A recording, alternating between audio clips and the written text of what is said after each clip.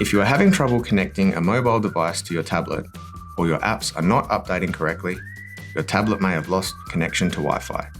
Wi-Fi is required for mobile connectivity and to update apps on the Play Store. To check your Wi-Fi connection, check the top right area of your screen for the Wi-Fi icon. If no icon appears, you will need to connect to a Wi-Fi network. To exit the MyPlace app and enter the home screen, tap the small circle on the navigation bar. Look for the Wi-Fi settings icon on the bottom left of your screen. If you can't see the icon, go to the app menu by swiping up from the bottom of the screen. Enter the settings area by tapping the cog icon. Once settings is open, select Network and Internet. Please make sure the toggle on the right-hand side is switched to on. Select the Wi-Fi network that is correct for your home.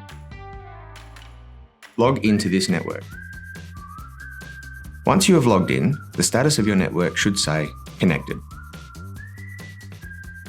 Your tablet is now connected to Wi-Fi. This will allow for mobile connectivity and app updates through the Play Store.